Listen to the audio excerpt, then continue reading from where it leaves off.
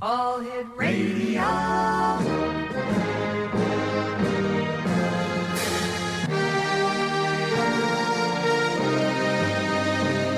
Welcome to the X Zone, a place where fact is fiction and fiction is reality. Now, here's your host, Rob McConnell.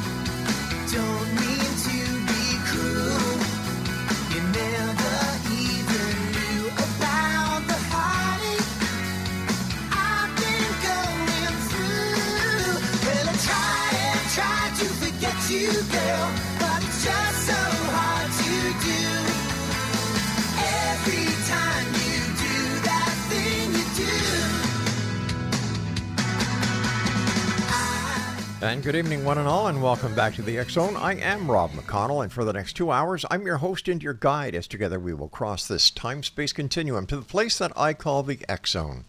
It's a place where people dare to believe and dare to be heard. It's a place where fact is fiction and fiction is reality.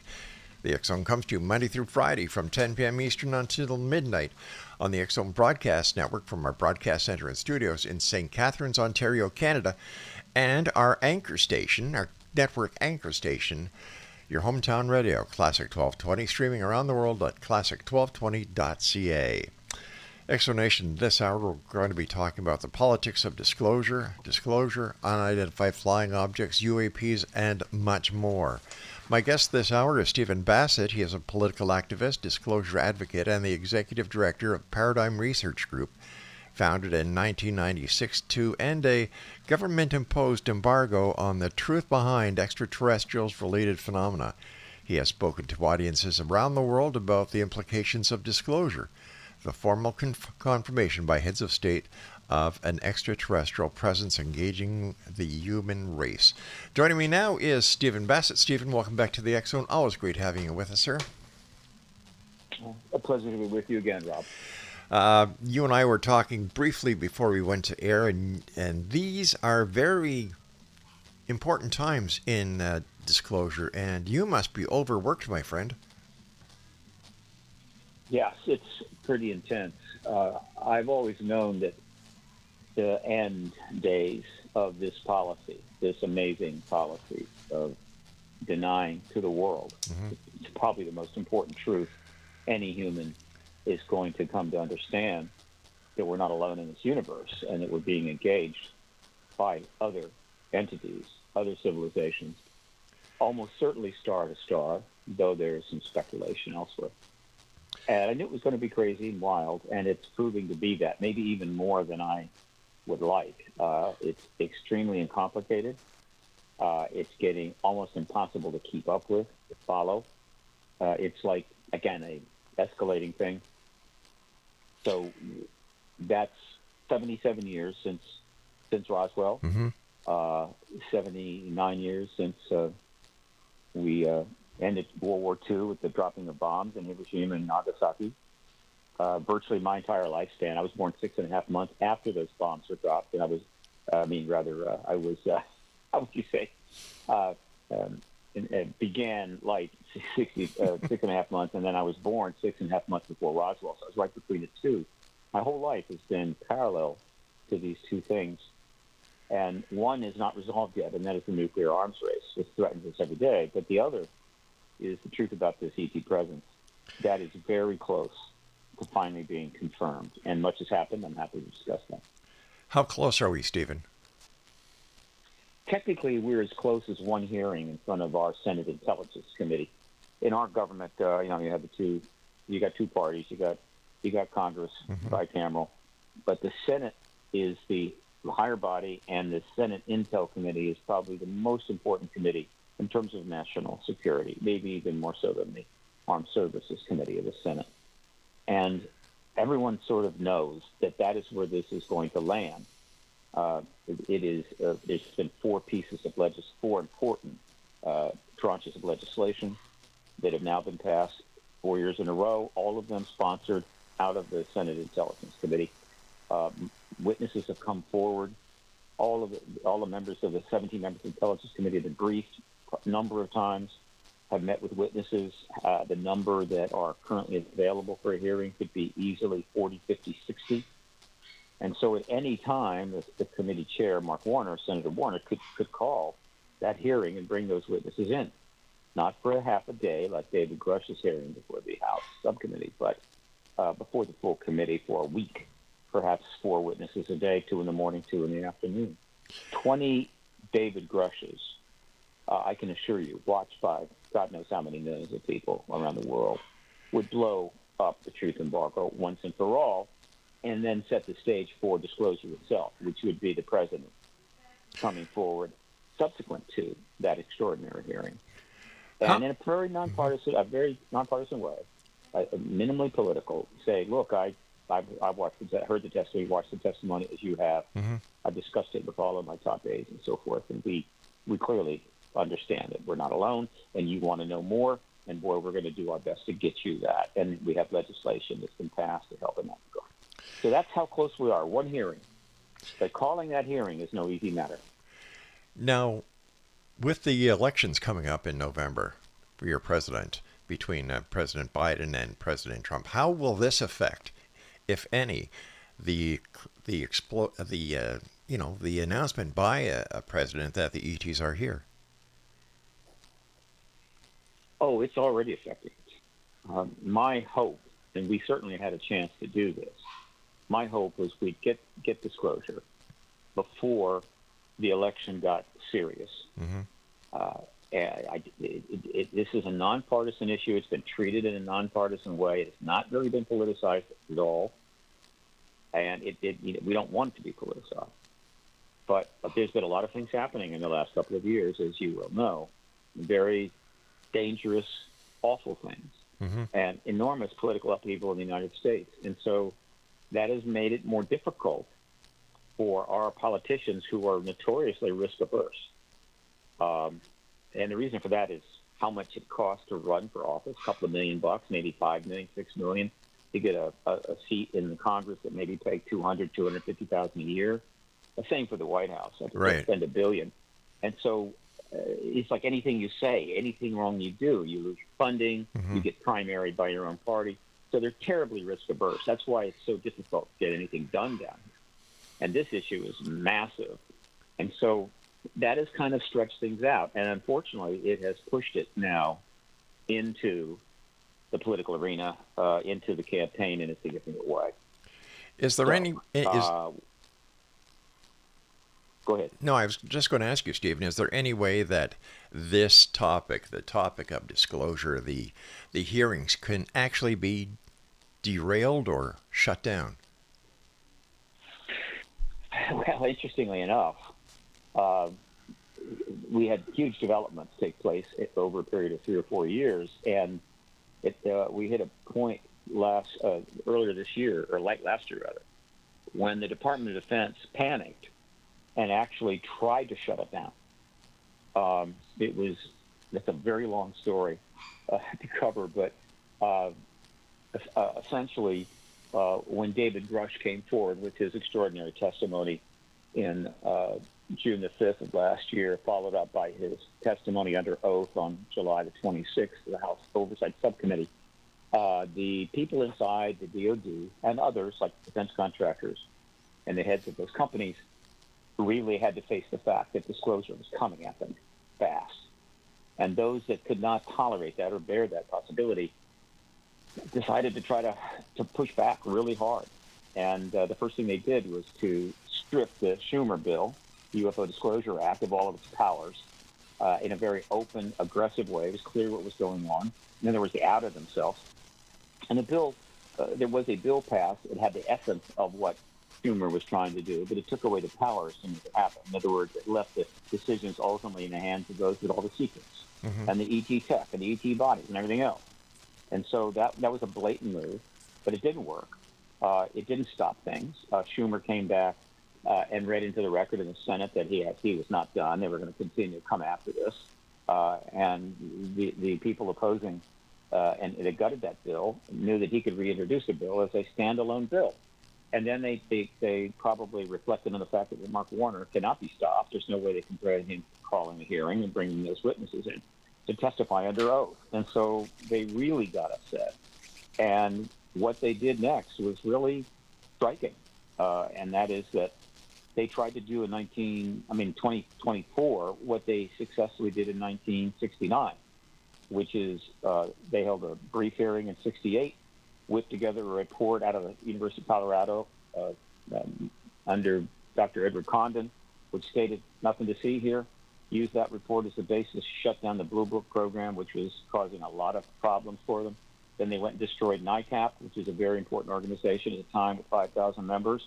And then they felt, hey, our work is done here. And they got about 8-9 years where things really slowed down. They actually tried to do that again in 2024.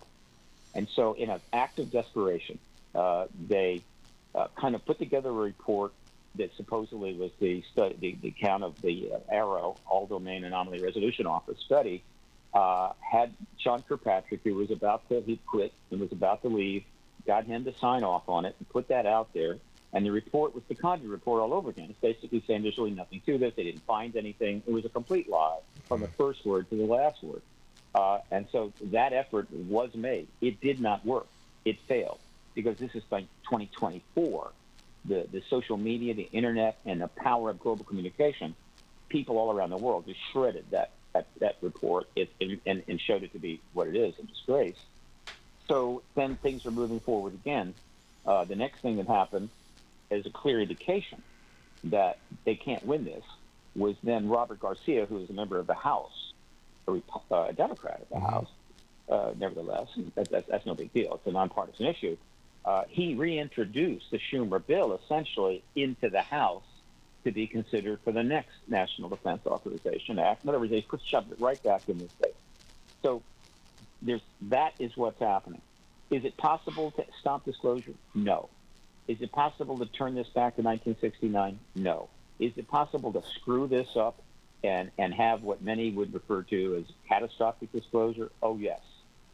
And so right now, we're at a very critical moment. Why? Because the first debate is coming up in 7 days. Yeah, the 27th. And as it happened, candidate, former President Donald Trump, did give an interview recently to an internet influencer. All right, stand by.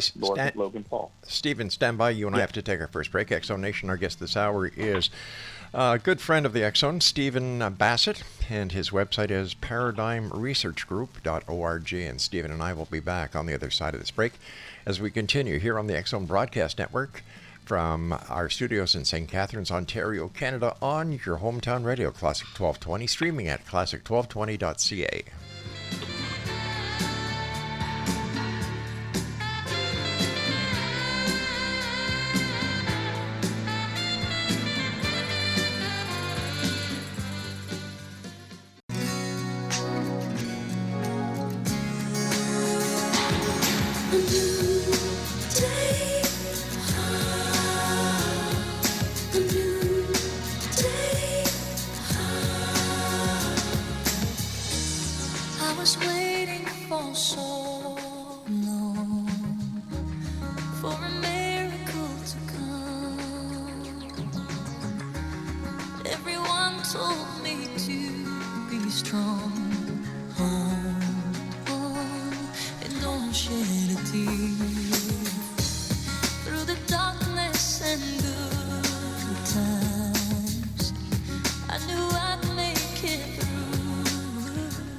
Nation, Stephen Bassett is our special guest this hour. We're talking about the politics of disclosure and the what's going to happen in the future when it is brought to the public that, yes, in fact, there is a UFO interaction that has been going on for some time now. Stephen, what are there other countries that are fighting as vigorously as those that you're working with to end disclosure in their countries? No. There have been a few things that have happened in a few countries over time that are notable, but it was clear to me early on that the die was cast in 47 and 53. You had the Roswell event, the press release went out, the government was able to deal with that. Then they kind of avoided it and didn't really have to engage it again until 52 when there was a massive flyover of our capital. So as things solidified, the situation was pretty straightforward. The United States was clearly the most powerful economic nation in the world. It was the first nuclear power, and there was already quite clear indications that there was going to be another conflict, and it was going to be between the West and the communist world. China took a little while to get it together, but the Soviet Union was the enemy of the West right then. And so a nuclear arms race was in the mix. The U.S. would be the absolute lead power in order defending all democratic nations.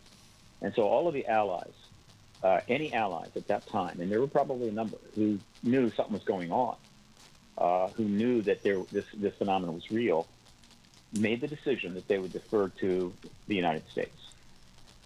We were the leader in terms of the Western democracies or what have you. And then Soviet Union and China had no interest in getting into the subject. It's not, an authoritarian state does not want to create a paradigm shift like that. And so they weren't going to say anything about it. And so that basically wrapped it up. From that point forward, it has remained that way even to this day. There are many countries that are fully aware of the ET presence. Some even have crashed vehicles, but they are deferring to us. It's our call, unless, of course, one of the authoritarian states like China or Russia were to move on it, in which case they would lead, and they would be the disclosure country, the disclosure president. But at this point, it's in the hands of our president. So that is the situation, and that's the basic reason why. It's not that they're stupid or don't have radar, don't have planes to go up and get gun camera footage of these things. It's that they have deferred to the United States. I don't criticize that. It was probably an appropriate decision. But now, as we head into the first campaign debate, things are getting a little strange, and the reason is this: the ET question has only come up in one national level debate ever, and that was a primary debate, a debate of Democratic primary candidates in 2016. It looks as if the question is going to come up in 7 days for the first time in a national level presidential debate. And it will be on CNN between President Biden and former President Trump.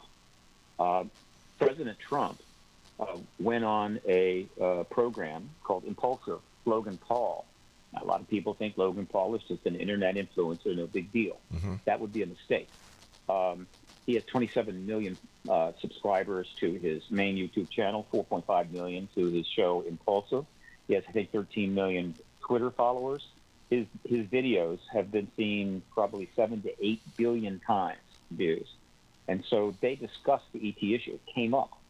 And so in this sense, President Biden was the first person to engage it at all. It was a mixed kind of conversation, not clear, but it was there. Meanwhile, there are a number of groups that are pressing on the internet for the questions to be asked in this debate on the 27th.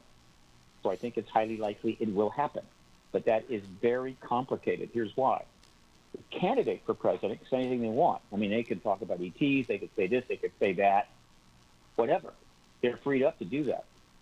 The other candidate, the president, is not simply a candidate to be president, he's also the president. And so addressing any question like that, which is at the highest level of national security, puts him in an impossible position. It would be very difficult for President Biden to be able to respond to any question in a way that would seem remotely authentic. And that's not going to serve him well. And so the whole thing is very possibly about to be politicized. So the question comes up, there's answers, and then the two parties start ripping each other up afterwards over this issue in whatever way they think will get them votes. This is something I've dreaded for 26 years. I thought for sure it wouldn't happen, but the circumstances of the last years, which includes the pandemic, let's don't forget that, have shoved this thing into this space.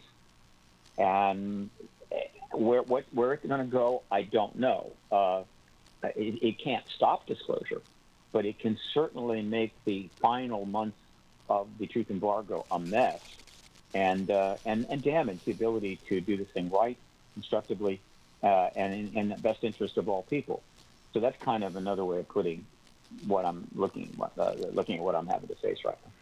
Hypothetically, how do you think President Trump is going to handle this disclosure question? Is President Trump, based on based on the knowledge that you have, working on the Hill so hard and diligently as you do, is he savvy as to what's happening on with the disclosure and the UFO question? Savvy, no. Unpredictable, yes. Who knows what he will be told or learn in the next 7 days, now that this thing is kind of dropped in his lap.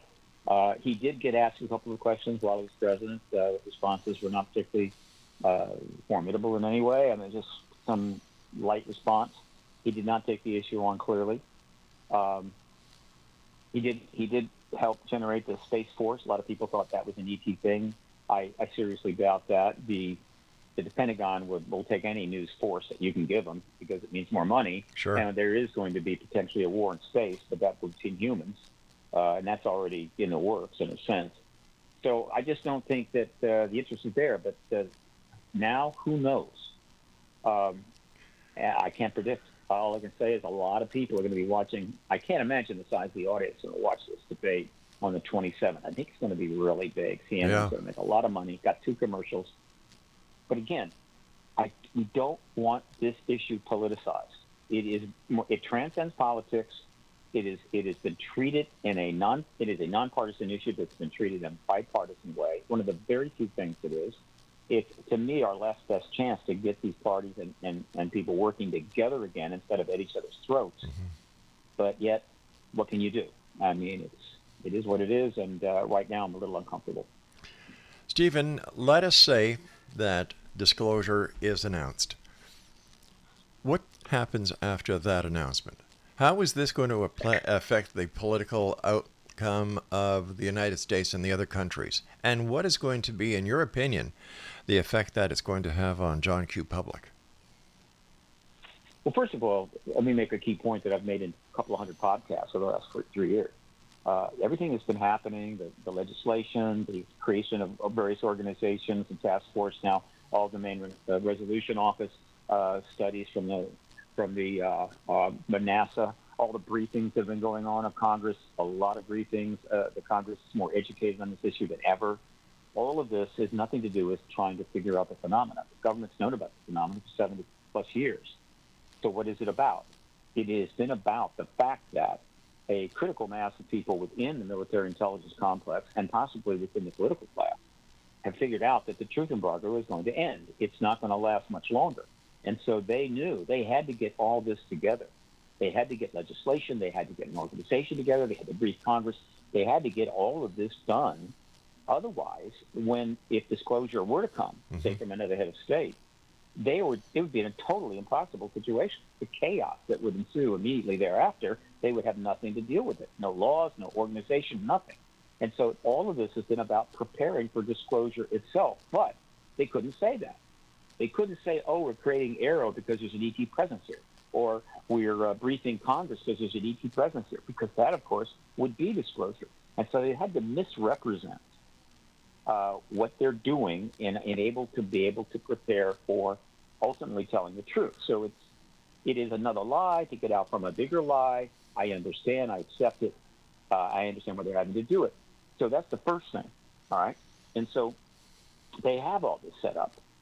And so, that bill, the final bill, needs the powers put in, and maybe that'll happen in December if Garcia's language stays in the final bill, the UAP Act and then NDAA. So, but basically they're set up. So if disclosure happens, the next day, if it happens on a Friday night, it'll be Monday. If it happens any other time, it'll be the next day. The next day, every briefing room in this town, my town, is going to be filled with media. I mean, they're going to be standing room only. They're going to be out the halls. We're talking about the presidential White House briefing room, the DOD briefing room, hell, the one at the CIA. Pick a briefing room. It's packed with reporters, and they're all going to have 100 questions. And so the government is going to be facing off against this massive journalistic onslaught, and they're going to have to deal with it. But, again, there's been plenty of preparation. There's not a lot of surprise here in a way. And so they'll start answering questions, and they'd better well be telling the truth. And so at that point, the post-disclosure world begins. And what goes forward after that, assuming the UAP Disclosure Act, as Schumer originally conceived it, is passed, is that, and that act was the final piece of the whole preparation. The Disclosure Act, Schumer, which included the controlled disclosure the plan, essentially describes how everything in our government, every classified file related to this, technology, bodies, everything was going to come out, become public, and be archived. Now, the process would be carefully scrutinized. It would be controlled. Some things would be delayed, pushed back, but with a declaration, others would move forward. And so it'd be kind of a process back and forward, but ultimately moving in one direction, and that is toward full transparency. Might take 2, 3, 4 years before most of it is, all of it is out, but nevertheless, it would be underway. So if that act is in place, post-disclosure, that's exactly what will start happening. And you'll start seeing things come out that were not known before. The public will be very happy about this. There will be pressure to keep the pace up. And slowly the world will learn ultimately everything that our government knows. However, other countries will follow suit. And so you can expect the UK, Canada, Australia, other countries, France, what have you, are also going to start bringing out what they have. They may pass their own laws, whatever. And so you're going to see stuff coming out on the ET reality. It's been sheltered and embargoed for 77 years, coming out from multiple countries. It's going to be intense. It's going to be amazing. There'll be many more hearings that'll take place, certainly in our Congress, House and Senate, as various aspects of various committees address various issues that are attended to the implication of this reality. So that'll be going on. And there will be a lot of confusion. There will be some criticism, certainly. There will be potential.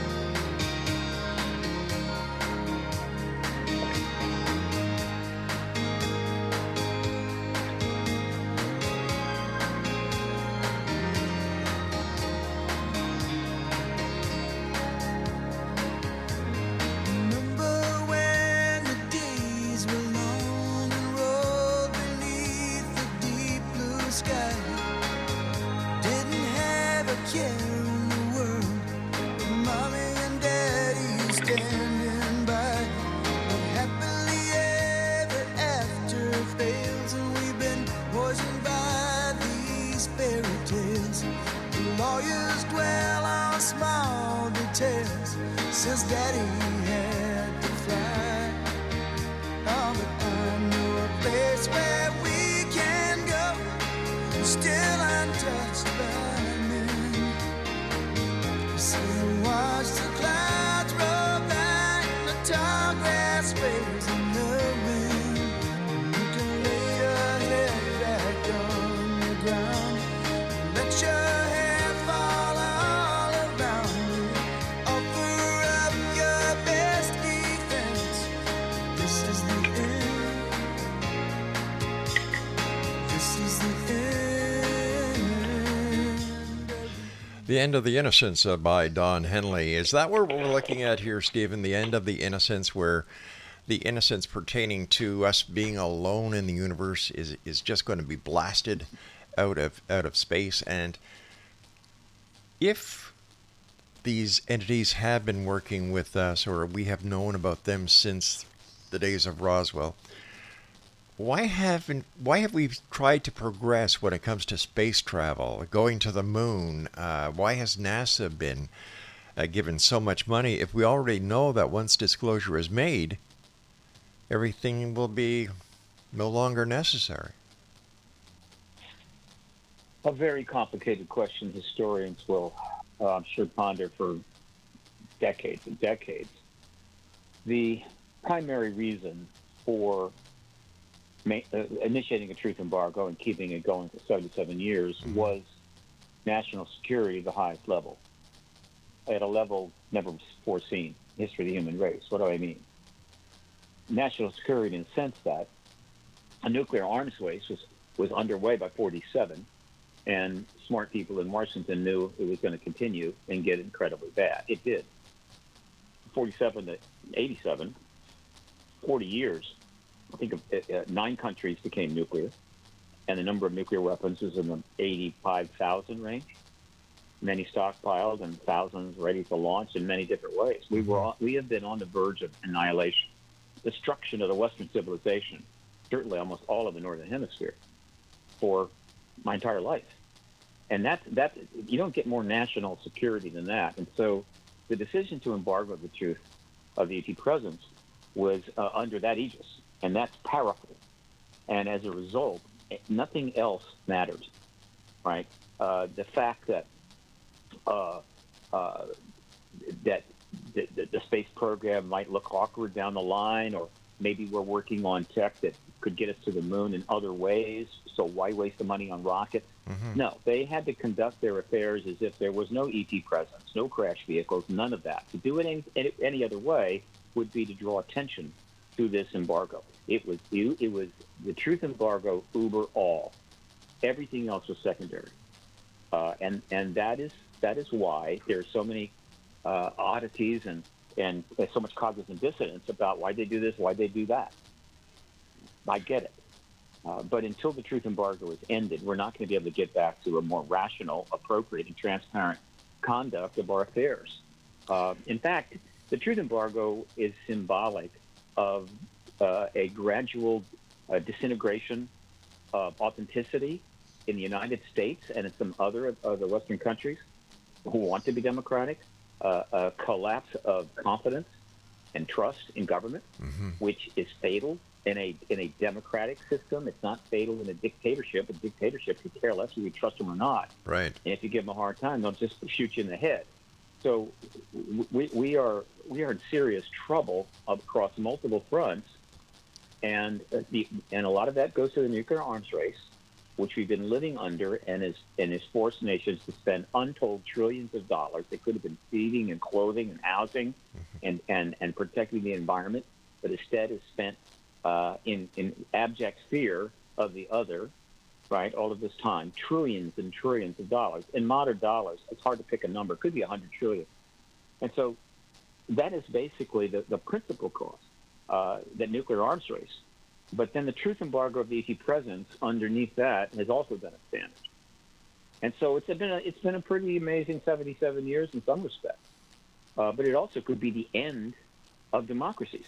There are some now reports coming out from esteemed anthropologists and other futurist geniuses and stuff about the Bronze Age, and at the end of the Bronze Age, how a whole range of civilizations seemed to collapse at the same time. And they're examining why that happened and pointing out, well, it seems to be happening now. What can I say? I don't want to be responsible at all for the collapse of civilization. I think that ending the truth embargo on the ET presence is incredibly important to the history of the human race right now. And there's a couple of reasons. One is that there is an incredibly important connection between the nuclear weapons and our nuclear arms race and the ET presence. What is that? They are actually intertwined. And the way we know this is, first, the overall presence of ETs and phenomena prior to World War II was minimal, absolutely minimal. There was nothing, hardly. And there wasn't something, but it was very little. And then during the war, there was seemed to be a lot of surveillance of things. We saw these Foo Fighters, basically plasma devices that seemed to be following our planes around. Not a big deal. But then, after the bombs were dropped in Hiroshima, everything changed. And you started seeing a lot of phenomena, and a lot of it was over our nuclear facilities. That was not an accident. And then 47, in just approximately 20 years, all of a sudden, a decision was made. A few years after the Cuban Missile Crisis, where we almost had a nuclear war, these crafts started coming down, hovering over our ICBM facilities and turning the weapons off. Now, that's been known for a long time, but the Congress will not take a hearing on it, though they're about to. And the Department of Defense just said they don't know what they're talking about. They just ignored it. These witnesses have been trying to get in front of a committee, and they're about to finally have their day. These are witnesses to our missiles being shut off, not once, but a number of times. We also have evidence they shut nuclear weapons down in the Soviet Union. Shut them down, they get turned back on. that right in and of itself, this connection is clear. There is a connection between the escalation of their presence in the modern era and our nuclear arms race and these weapons. And so I think that disclosure is the doorway to possibly bringing that into play in a very useful way, possibly leading to open contact, possibly leading to a discussion between us and them about what we're going to do about these weapons. So there is a connection here, and it may be the only way out of this situation that we have so carefully crafted since 1945, when we tested the damn bomb, then we dropped it on human beings, and we built tens of thousands of them, put them on missiles and submarines and underground facilities and movable tracks, and eventually they're going to go into orbit. How are we going to get out from this? Nobody even comes forward with an explanation anymore. No candidate will even touch it. It is now the third rail of American politics. Used to be Social Security, no more, right? Now it is the ET. An ET issue is no longer the third rail. The third rail now in American politics is the imminent risk of nuclear war. They will not talk about it. The candidates will not address it. But in fact, it's increasingly obvious to the American people and the world's people that we are on the edge of the volcano. And so truth embargo may be tied to that. It may be the way out of that. That's how important it is. I already know there's ETs here. I've known that since I was a kid, basically. And so disclosure is not, oh, I get to know there's ETs here. That's nothing. Disclosure is about figuring out how the human race can get out of this ridiculous, absurd, grotesque situation it has created, where you have 9 nuclear nations, more to come, who could trigger a nuclear war at any time just by accident, and they almost have on a number of occasions. How long are we going to get away with that? How many times can you throw the dice and not come up snake eyes? And so that's what's at stake here as we come on this election and how it's going to go and how disclosure could happen. These are the things that are rolling around in my head as I try to figure out how things are going to happen and what I can do to contribute. Okay, so the first step is disclosure.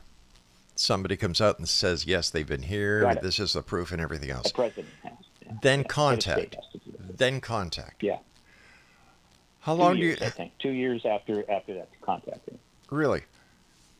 Now, there's already plenty of contact here, but it's private. It's individuals, and it's about something other than this nuke issue. It's separate. It's something the ETs need to do. They have a reason. One day we may know that reason. The people are having direct contact with ETs. It's not by invitation, all right? And so that is a whole other issue. And the government knows they're going to have to address that issue after disclosure. They're not looking forward to that, and that is one of a number of reasons why they would kind of hope that maybe disclosure never happens while they're in office or even alive. But, yeah, that's going to be a question probably asked on day one. In other words, if the president discloses on Monday, Tuesday morning, a number of reporters are going to ask that question. Does this mean that all of it we've been hearing about contact, abduction, or whatever by humans, by non-human entities is true? And the government's going to have to say yes. They would be out of their mind to say anything else. So it's going to be in play immediately. I get it. It's going to be tough. It's going to be rough. So what? If you join the military or you want to get appointed to GS-18 at the Pentagon, you want to run for office, but you can't handle the tough stuff, you can't handle difficult public relations problems, then don't take those jobs. Do something else. But if you take those jobs, by God, you have got to deal with those things, and you've got to confront them, and you've got to tell the truth. I don't care how hard it is. I have no sympathy anymore for the procrastination, the timidity, and even cowardice of the people that pretend to lead us and defend us. It is no longer acceptable to act in that fashion. You and I have to take our final break, Stephen, but before we go, quickly, has President Biden shown any direction that he would take on the ET question and disclosure? By necessity, President Biden has absolutely stayed out of this. He is fully aware of what's going on. Yeah. He knows it has to be delivered to him. He can't go after it because that'll politicize it. All right, Stephen, please stand by. Always great talking to you, Stephen. And Exonation, if you'd like to contact Stephen Bassett, visit his website, paradigmresearchgroup.org. And we'll both be back on the other side as we wrap up hour number 1 here in the X Zone from our broadcast center and studios in St. Catharines, Ontario, Canada. And you're listening to us on your hometown radio, Classic 1220, streaming live around the world on classic1220.ca. Remember when the days were long and rolled beneath the deep blue sky? Didn't have a care in the world, with mommy and daddy standing by. But happily ever after fails, and we've been poisoned by these fairy tales. The lawyers dwell on small details, says daddy.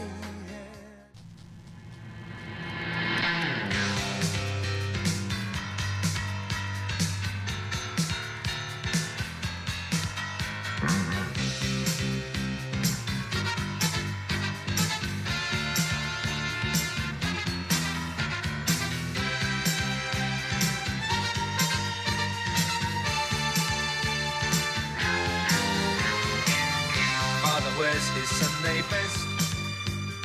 Mother's tired, she needs a rest. The kids are playing up downstairs. Sister's sighing in her sleep. Brother's got a date to keep, he can't hang around. Our house in the middle of our street. Our house in the middle of our house. It has a crown. Stephen Bassett is our special guest this hour, X Zone Nation, ParadigmResearchGroup.org. Stephen, there are a number of people who investigate, write, research the UFO phenomenon. They say that there are many different races of ETs that have come to this planet, are here on this planet. Is there any possibility that because of disclosure and the awakening of the fact that ETs are here, that this may cause a war between planet Earth and some of these species? And if that was to happen, are we prepared to deal with the ET war factor? I can assure you that there's nothing we can do that would make a decision about them having a war or not. They can destroy us anytime they want. Simple reality of the physics that they are able to command. It's not even a close contest. So it's not even worth thinking about it. One should be very worried about war between humans, and certainly a nuclear war. But spending time worrying about a war with ETs, and to say, if it happens, we lose. That's it. But the extraterrestrials have done so many things that have helped advance the disclosure process, moving us towards awareness, moving us towards self-acknowledgement. Like what, Stephen? That's not the conduct that we'd expect from an entity that is going to suddenly go to war if some head of state comes forward and says, oh, yes, they're here. Yeah, well, I'm not saying that whoever with the government is claiming that they work with are the bad guys. But if the ability is seen by other ETs that, all right, Earth knows that we are real, what's the sense that why wouldn't they try to take over this planet? I'm not saying that they something here doesn't make sense. Like, if the UFOs and the ETs are here, and why haven't they made themselves known to the major population? Why is it only these few people, if you take a look at the number of sightings compared to the world population, that have had these experiences? Why wouldn't they just land on the White House? Why wouldn't they land on Parliament Hill? Why wouldn't they land in Red Square? Wherever. I understand. To prove their existence. Look. Well, I don't think proving their existence is necessarily the agenda. I think, first of all, we don't know why they do what they do. We can only speculate. Secondly, there's no question that they're here.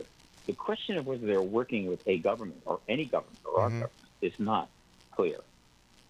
And I'd assert that. And I'm not convinced of that. I'm not saying it isn't possible, but it's not a given. But they're clearly here, all right? And we can only speculate on the agenda. But the best answer I can give, and I'm asked that question many times, is that, first of all, they have some work they're doing here. They need to do it. It relates to contact. It relates to genetics, and it involves working with humans. This is something they're doing, I think, for their benefit, and that's separate. But then there is more of a political agenda. And the best interpretation I have of this political agenda is this. Our nuclear arms race is an abomination. It threatens our civilization, which took quite a couple billion years to finally develop. And they probably see that as a rather unnecessary waste. So they would prefer we got rid of these nukes. However, we're also getting close to understanding how to move from star to star. If we crack that problem, which is essentially a relativity problem, if we can get around that, which I think they have done, we're going to build starships, we're going to put nuclear weapons on them, and we're going to head on out to space to see what we can see. And so that, in a way, is a deadline. Whatever's going on and whatever their time frame is, are building starships capable of reaching other systems and putting nuclear weapons on those ships is an absolute deadline. And so that is probably the one thing that could determine when they're going to take that step. And apparently, prior to that deadline, they're comfortable with us reaching a state of self-disclosure. We've certainly got used to the issue. We've made 600 movies with ETs in them of every conceivable shape, form, and type. There's not a person on the planet doesn't know what a UFO is or what an extraterrestrial is, practically. The reality of them is becoming known around the world now by a very large percentage of the population. And so we're getting acclimated pretty well.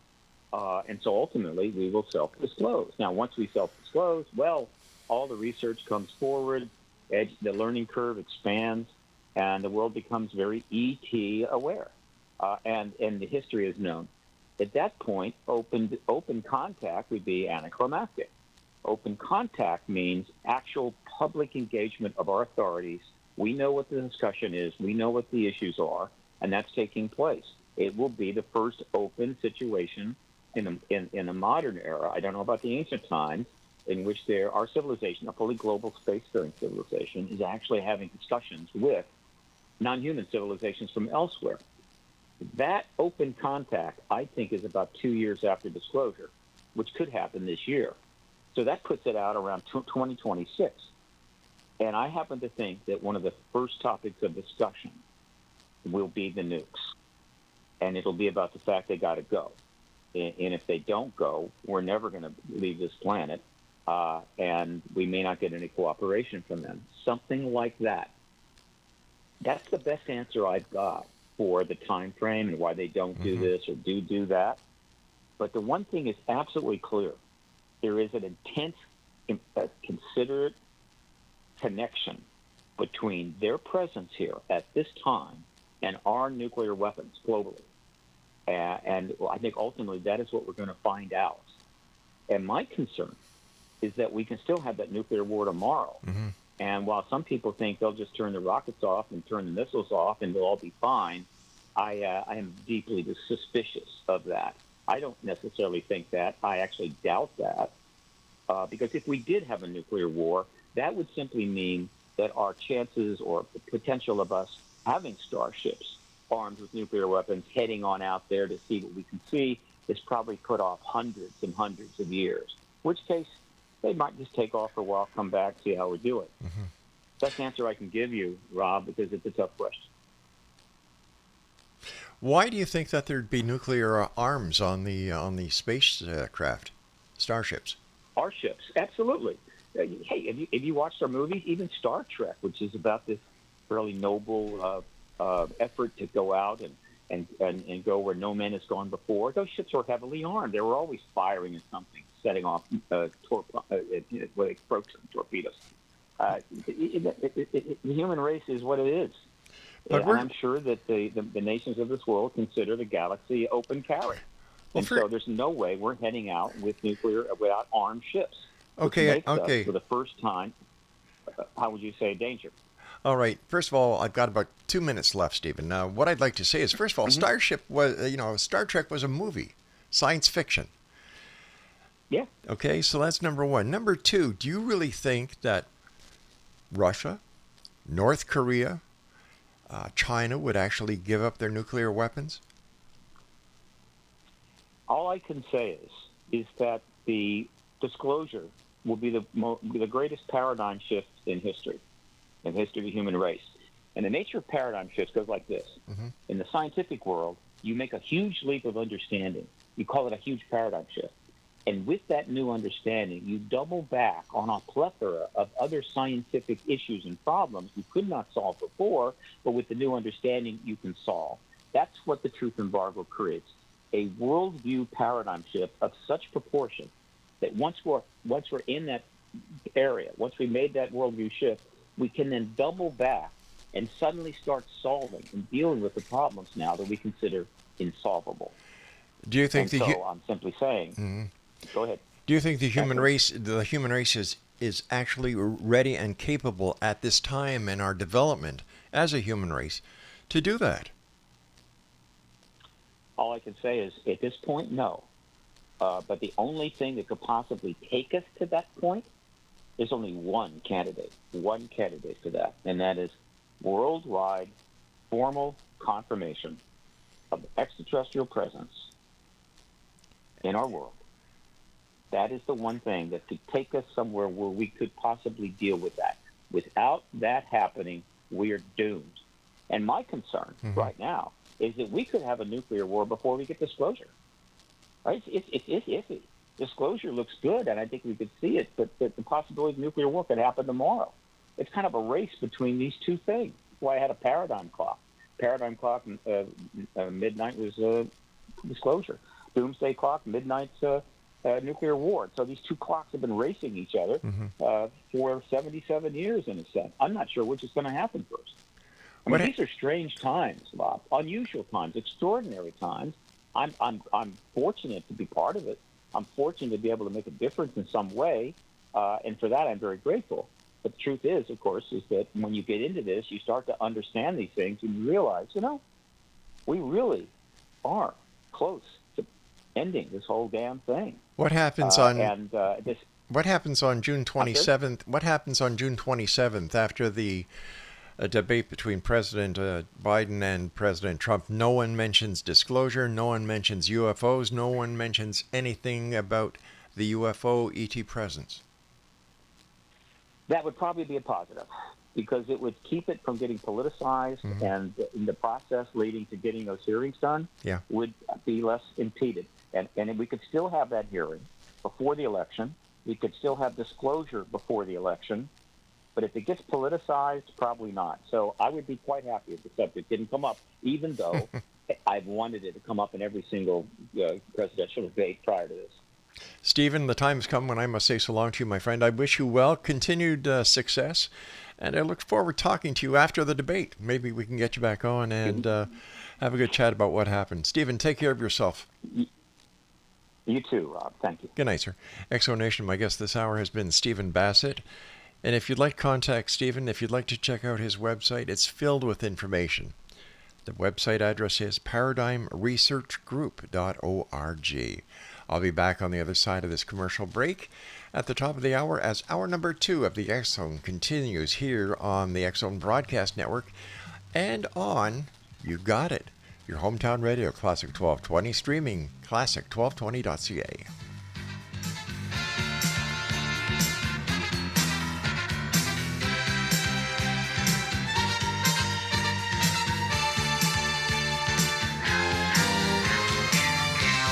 Wears his Sunday best. Mother's tired, she needs a rest. The kids are playing up downstairs. Sister's sighing in her sleep.